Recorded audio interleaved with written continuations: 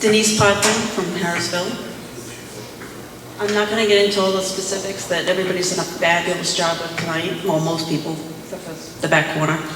I'm here to tell you a story about the process. That's the title of the story.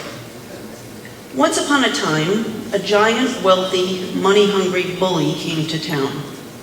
This giant, let's call him Invenergy, makes friends with an important lady in town. Let's call her Gina. They go around town and they tell everybody about their wonderful new friendship. And Gina is heard to say how happy she is that Invenergy came to town. But Invenergy is a hungry friend, and he needs a lot of things to be happy. A large place in which to build his giant, very stinky house, and an unending train of supplies. I lost my place. To sustain it. Besides, he loves to smoke those cheap, smelly cigars, and his neighbors can just shove it if they don't like it. He's a very thirsty man, and he loves to eat enormous amounts of fossil fuels. And he doesn't care who he hurts or who stands in his way, because this is how he makes his huge piles of money. And let's face it, that's what it's all about. And he needs more. Oh yes, much more. Now, Invenergy is not stupid. No, that he is not. And he knows that by looking for a home in a poorer community, he stands a much better chance of finding the perfect place for his new house. And what could be better than smack dab in the middle of a gorgeous park and forests in the town of Burrville? This is made even better, he thinks, because he realizes there's not much they can do about it. The deck is stacked against them. He thinks that they can't band together to fight for their rights. Heck, they might not even notice that he's in their town looking for a house.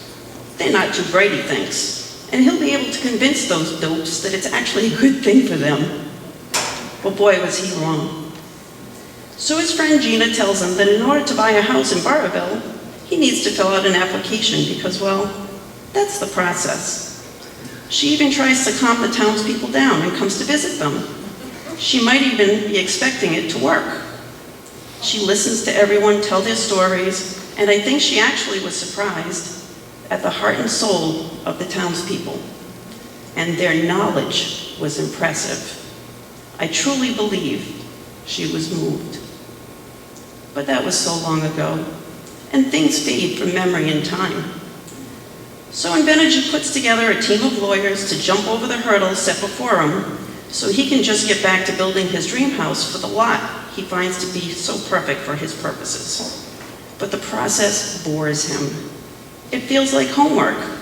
No one likes to do homework, but he cobbles together a minimal response, just enough to say he did it. In school, he'd have gotten an F for effort. He turns it in and expects that in a year or so he'll be able to start on his beloved new house. But not so fast. He has woken the sleeping David. You know, David and Goliath. We are now acting as one. We have poked, prodded, studied, dissected, researched, and prayed. More effort than even Energy himself has put into his own homework assignment. And we've noticed all of the missing pieces in the homework. Inaccurate data, missing data, no plans. Well, the plans are there if you know where to look for them with a magnifying glass. And a lack of citations, but hey, they use Wikipedia. So now his cover is blown, and the town has rallied and discovered the common enemy. They've seen the monster for what he is. The town is now acting as one. What has happened here? This wasn't supposed to happen. I'm almost done. Gina had told Invenergy that this was going to be a piece of cake. Invenergy had thought he only had to make a token effort. So here we are nearing the end of the story of the process. You tell me, how's the process going? Recusals, conflicts of interest, deadlines met, deadlines missed, motion extensions, playing a new game called Find the Water, some sort of rabbit trick.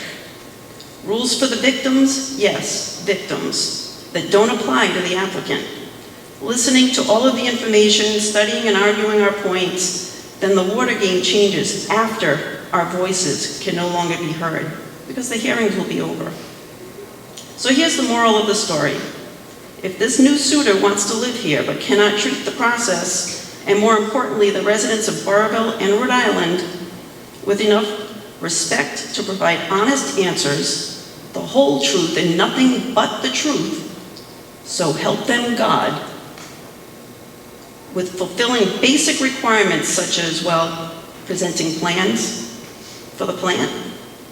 How can we trust the process? How can we trust them to build a quality facility? How can we trust them to be good neighbors with regards to traffic, noise, light pollution, water use, hazardous transportation, and waste disposal? How can we trust the process?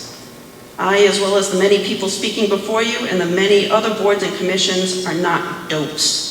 We know the facts better than most. We know this plant is not needed. We know this is the wrong place for the plant, even if it were.